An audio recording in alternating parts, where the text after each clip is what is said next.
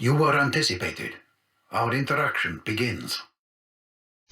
Hello and welcome to my VS Volt POV commentary / guide but not really. I'm going to start off the video by showing some Warframe builds from my previous Wisp video, and then for my Volt builds, the operator setup I'm using, and my Volt playstyle breakdown, and to end the video, some frequently asked questions. I'm going to do this episode a little bit different compared to the first one. I'm going to start off each section with a quick audio explanation and then a few visual clips to illustrate my points. These clips are from the previous runs that I've done. So this video is going to be a big mix of clips trying to get my points across. So yeah, sit back, relax and enjoy the video. So just a quick add-on to my previous Wisp video. I forgot to include the build, so here's the build. You don't have to use Prime Surefooted because it's a login mod. You can use it for Handspring or Coaction Drift. For the arcanes, I'm using Arcane Nullifier and Energize. Nullifier in case it's a 3-man, and Energize for that extra energy when I pick up an energy orb. And also, if you can see the build, you might notice a rank 1 adaptation. It's because I do not have an Umbra Forma in my Wisp. But I think, me personally, I'm able to survive with this build, so yeah. Next would be the Volt builds. I have two builds here, one using Preparation, and another using Shock Trooper as a VS. I'll explain why I'm doing so in a bit. So first off is the Volt Preparation build. Let's break down the mods here used in this build.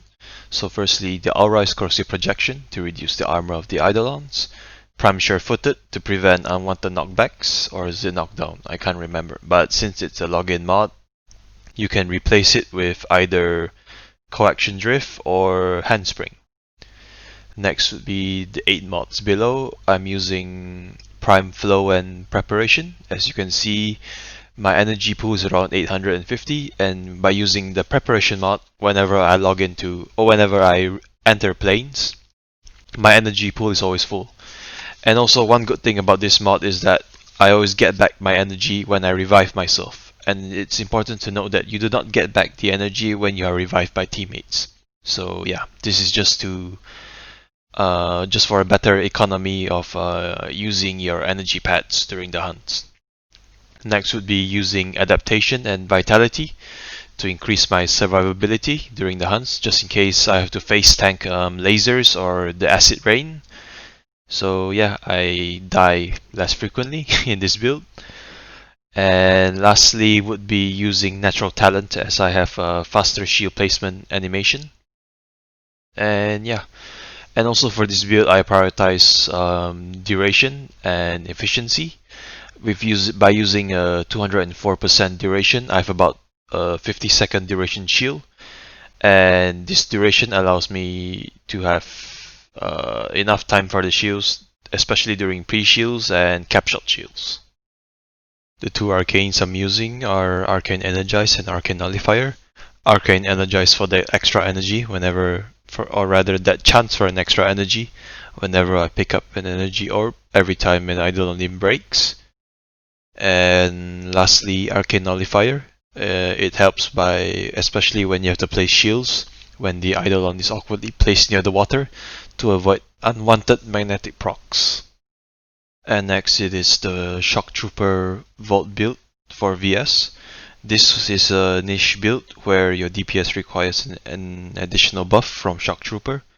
I had this build before the Helmin segment was introduced, so I'm just sharing it here in case you might need it for a meme run, for example. I just threw in some strength in this build at the cost of duration and energy. The arcanes are the same, Aura and Exilus mods are also the same. It's just a difference of a little bit more strength and lesser energy in this build. You are an instrument most perfect, Tenno, tuned to the pitch of the Unum. Next would be the weapons your operators are using, which are called amps. If you are just starting a hunting journey, go for the 1-2-3 amp, which is the Raplak, Shraksun and Laurin amp. The parts will be found on Cetus by talking to Quilonko. And if you have the resources and standing, go for the 177 amp, which is the Raplak, Propa and Certus amp. The 7/7 parts can be found with Little Duck at Fortuna. You'll be using the secondary fire most of the time. The primary fire is recommended when you have a relatively high VS stack. For the rest of the video, I will refer to the 123 amp as the Shrek and the 177 amp as Propa, as I will be explaining shield placements for both amps later on. The amp arcane that I would suggest you go for would be Virtual Shadow for that increased critical chance upon a headshot, which you can proc just by dashing the head of the Eidolon. And next would be the arcanes used by the operator, him or herself. In a 3 to 4 man squad, I would recommend using Mega's Lockdown and Mega's Cadence. Lockdown to help with detecting bombs, and Cadence to boost your operator's sprint speed so you can make it back to the shields on time for the shield taking phase. In a 2-man squad, I would recommend using Mega's Lockdown and Mega's Repair. Repair helps increase your DPS survivability, especially during Hydrolysis. In a solo run, sadly I have zero idea as I've never done solo runs. I would recommend checking out Drumble XXF channel for solo run builds. Since this video is discussing a VS Volt perspective, I guess the obvious choice would be to go for Madurai as your active school. It will also greatly help if you had all the waybounds from each school unlocked. If you just started grinding your way towards getting the waybounds, I would personally recommend going for the waybounds from Zeneric first, then Madurai, then Naramon, then Vazarin, and lastly Unairu. But it is up to you, because at the end of the day, you will eventually have all the waybounds unlocked if you plan on getting invested in Eidolon hunting. So, when night falls or whenever you're loaded into the plains and night has started, dash towards the hill, mark bombs as you see them so your DPS can charge his or her lure in case he or she didn't get bombs for the quick charge. And if you don't see any bombs, just head towards the Terrorist. Once you're at the Terrorist, take a few steps back, place a shield, turn with your back facing the Eidolon, place one shield down and one shield up. Then leave your frame behind the shield and go into operator mode and get ready to shoot.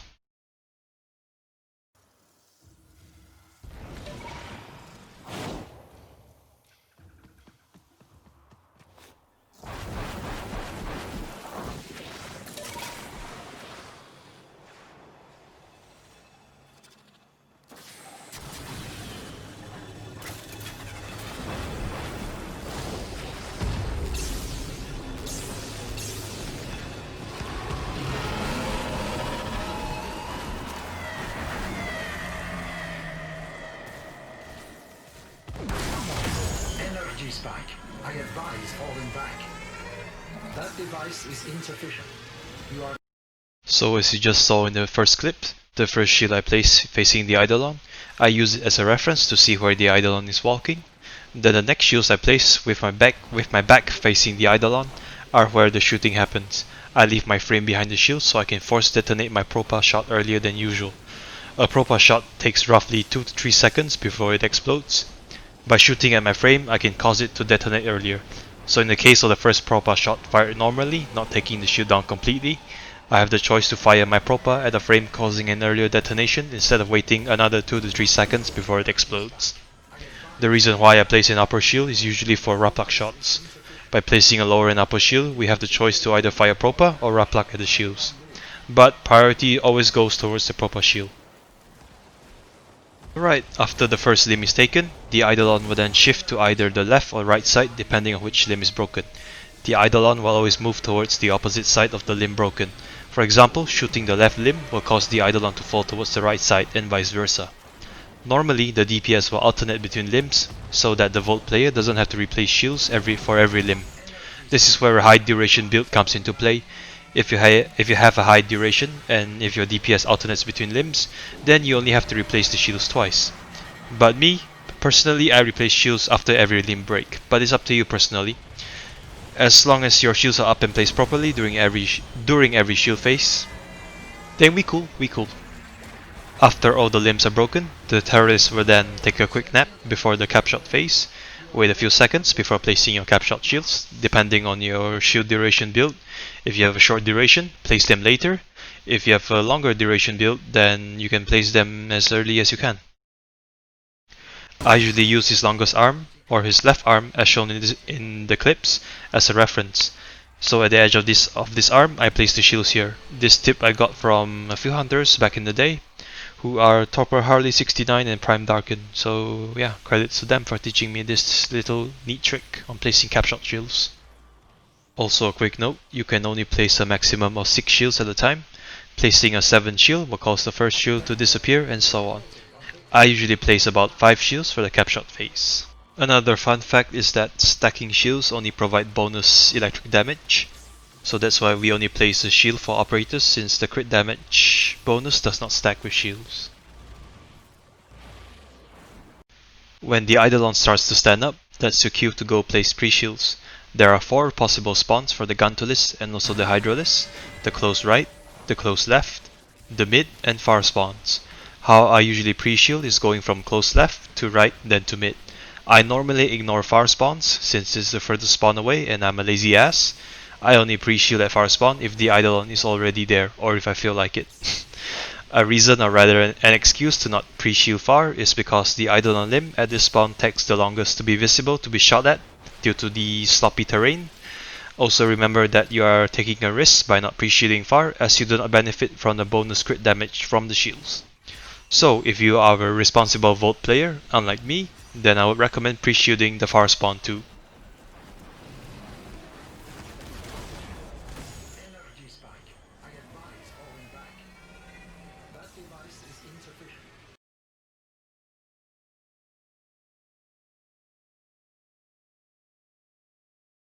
On victory. Act now. Eyes open. There's glass resonance in your neighborhood. Anyway, back to the pre-shielding routine. I start from the close left. I place a shield here, facing this rock. By placing this shield, I force early proper detonations. Then I dash towards the close right. See the sloppy terrain here? I place a shield here. Then I dash to the mid. I place 2 shields, one on the left and one on the right. And then before heading to the shrine, I leave my frame here. Since this area is mostly flat, I leave my frame here again for early proper detonation. Make sure to allocate yourself enough time to pre-shield so you can make it back on time to the shrine to place your shard. Let's say you're not confident enough in having time to place the pre-shields. After placing your capshot shields, you can leave the Terrorist and get ready at the close left spawn. As soon as you see the HP of your DPS change from Warframe to Arcwing, which indicates that it switched to Arcwing of course, you can start placing pre-shields. So you have the choice to either leave after placing the capshot shields or when he starts to stand up.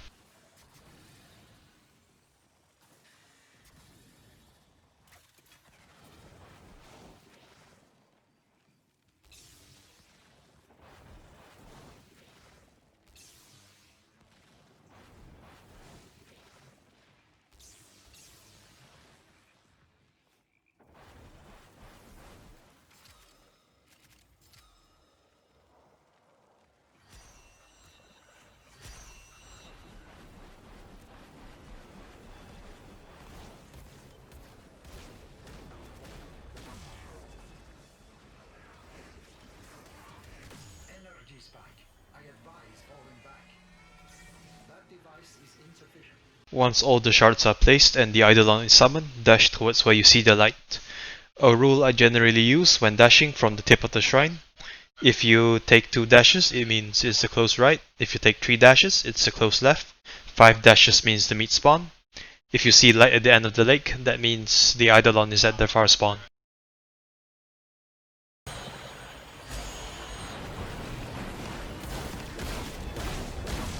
Energy spike. I advise falling back. That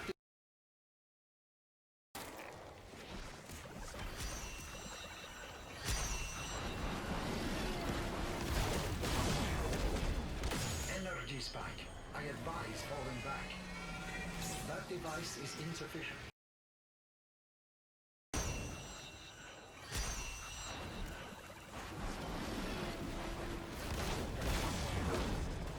Energy spike.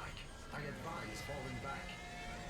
That device. Once you're at the correct spawn, shoot 2 to 3 times while also taking care to not shoot the other operators, as you will stagger yourself doing so. With a Wisp and a Shadow proc, the shield should go down instantly.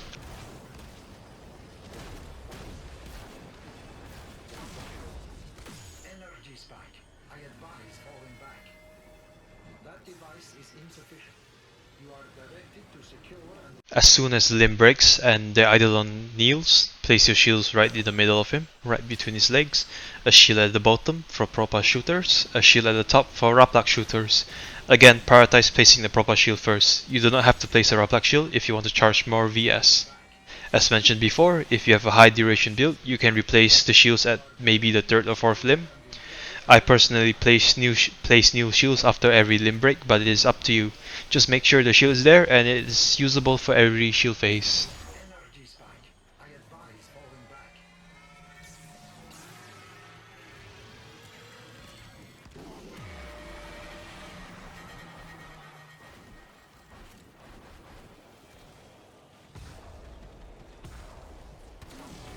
Energy spike. I advise falling back.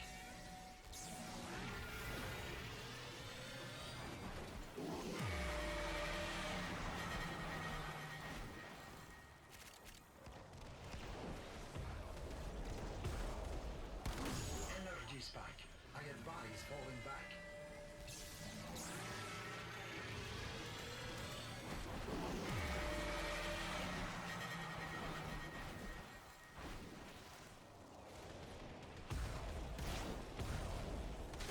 Energy spike. I advise falling back.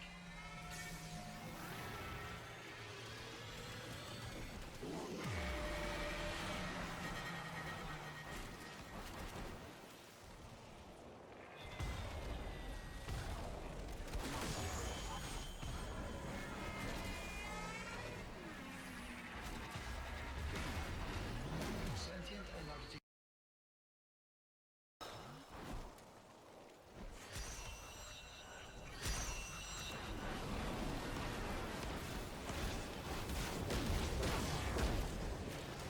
Energy spike. I advise falling back. That device is insufficient. You are directed to secure and employ additional Eidolon lures.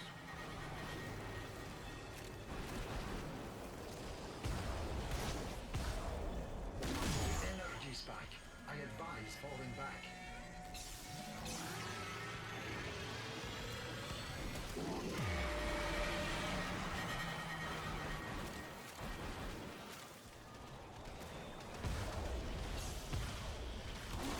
Energy spike. I advise falling back.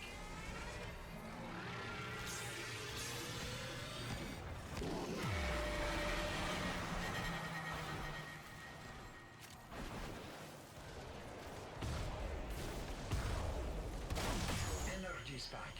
I advise falling back.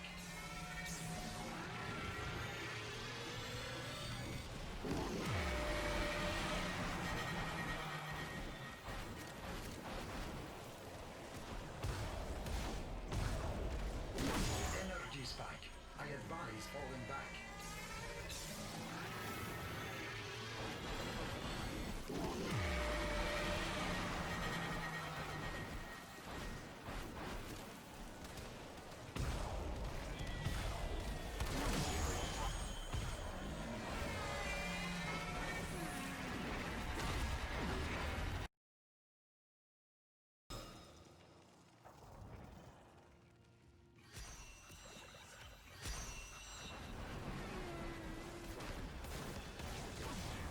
Energy spike. I advise falling back. That device is insufficient.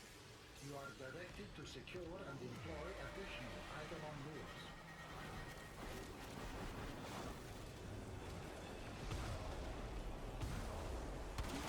Energy spike. I advise falling back.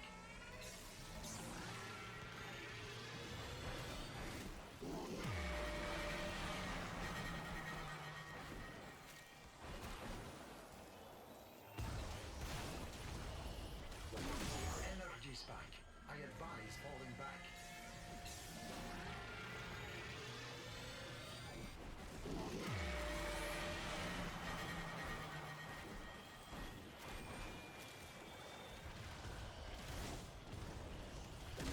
Energy spike. I advise falling back.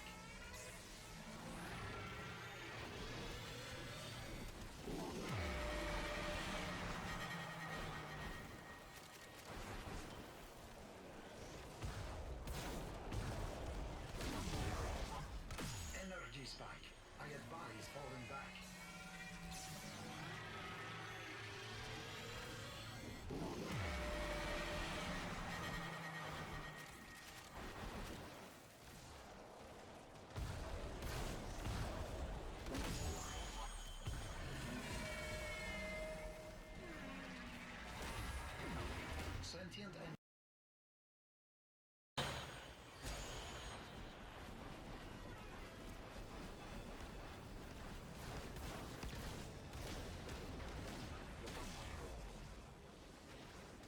energy spike.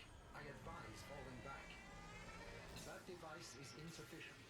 You are directed to secure and employ additional Eidolon rules.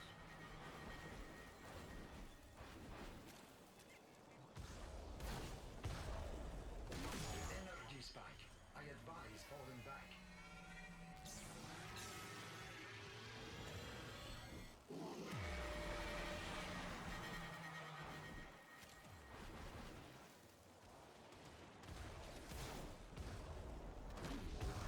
Energy spike. I advise falling back.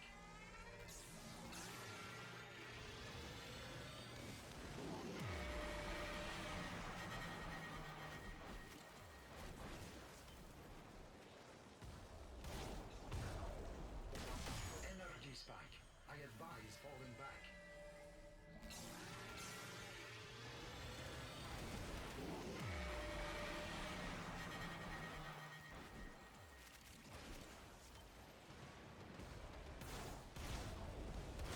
Energy spike. I advise falling back.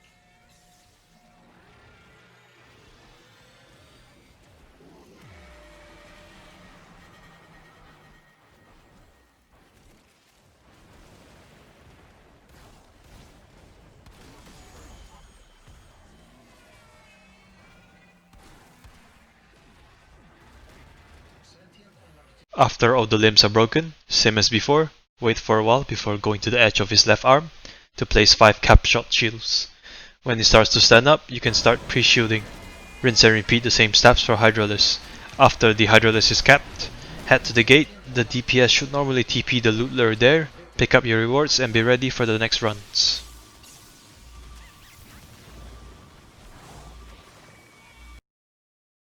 Sentient energy contained. You are closing on victory. Act now.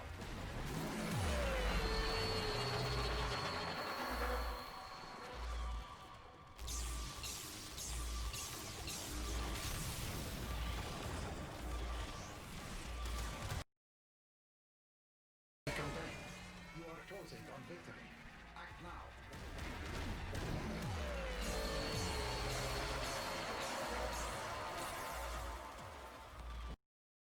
You are closing on victory. Act now.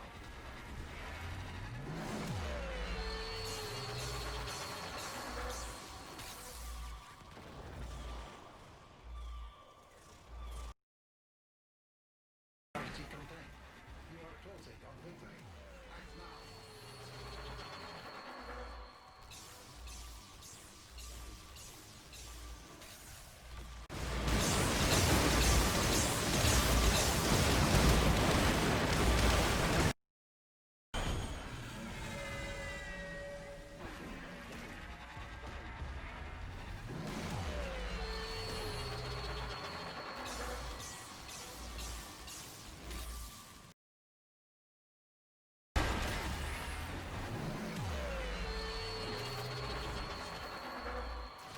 Sentient energy contained.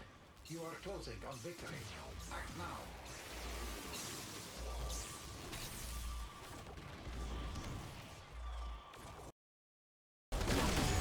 Sentient energy contained. You are closing on victory. Act now.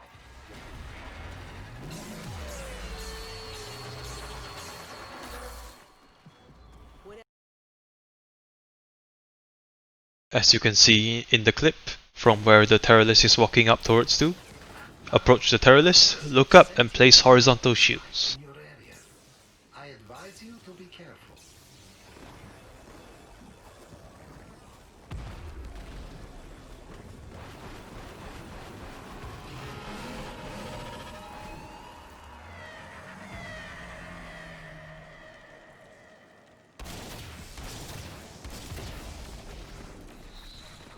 For every other shield, at the back of his left heel, place a shield facing it.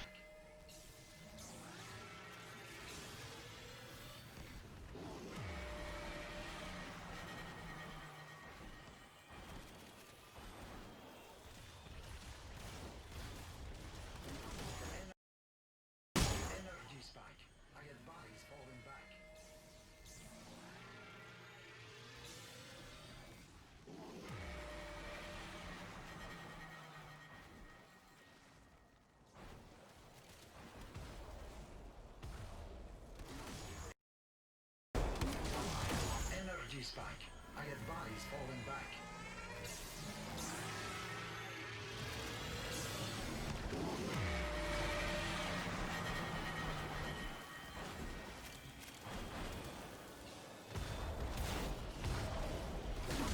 For pre-shielding, instead of placing a shield facing a part of the terrain, place it with your back towards the terrain facing the water instead.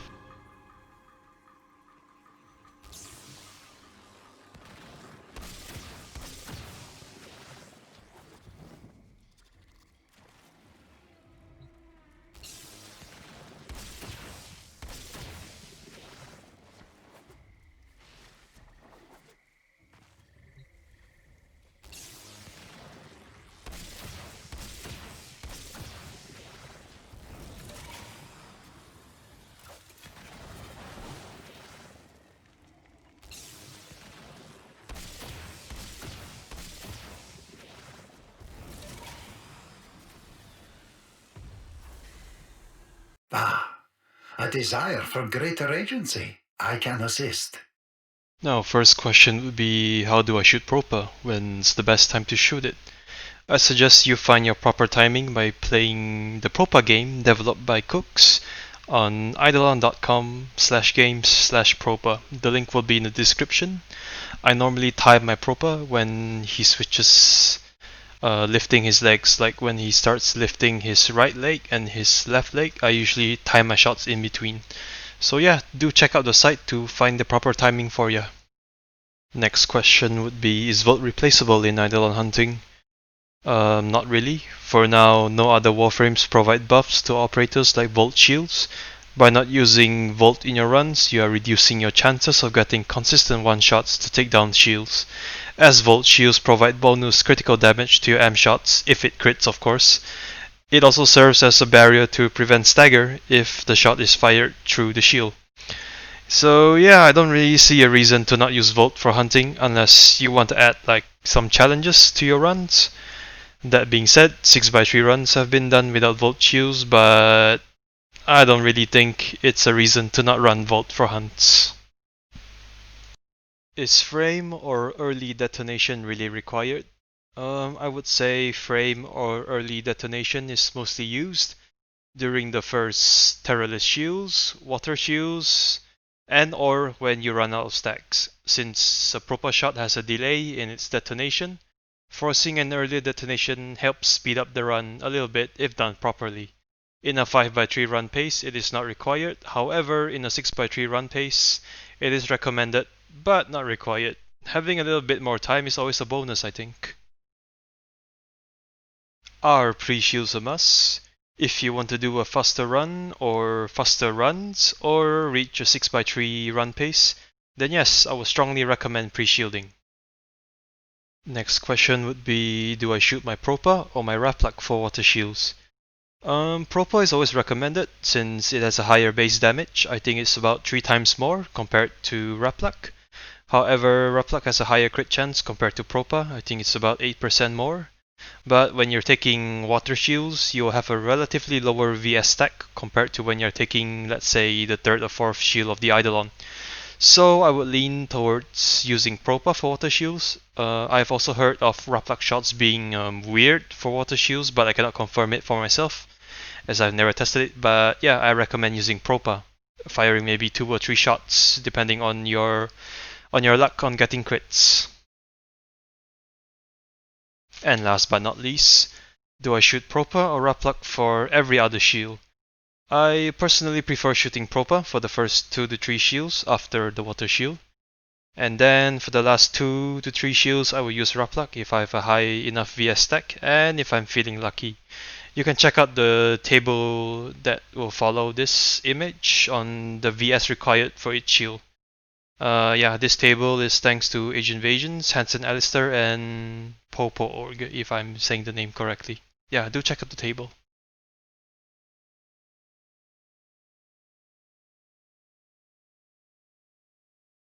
Before I conclude the video, among the 3 VS roles, the other 2 being Harrow and Wisp, I think that Volt is a mid-tier difficulty, Harrow being the easiest and Wisp or Trin being the hardest. Knowing where, when, and how to place shields while managing your VS are some things which make a good Vault player. In case the Wisp player is unable to participate in taking shields, it is up to you and the other VS player to make sure shields go down on time. If you have been watching duo runs, Volt is almost always used as the frame for the VS player. For now, I have no plans on making a Volt DPS commentary, as I have maybe 3 to 4 runs as a Volt DPS. So if you are looking for references for a Volt DPS playstyle, I'll recommend a few active hunter POVs for DPS. The links will be in the description.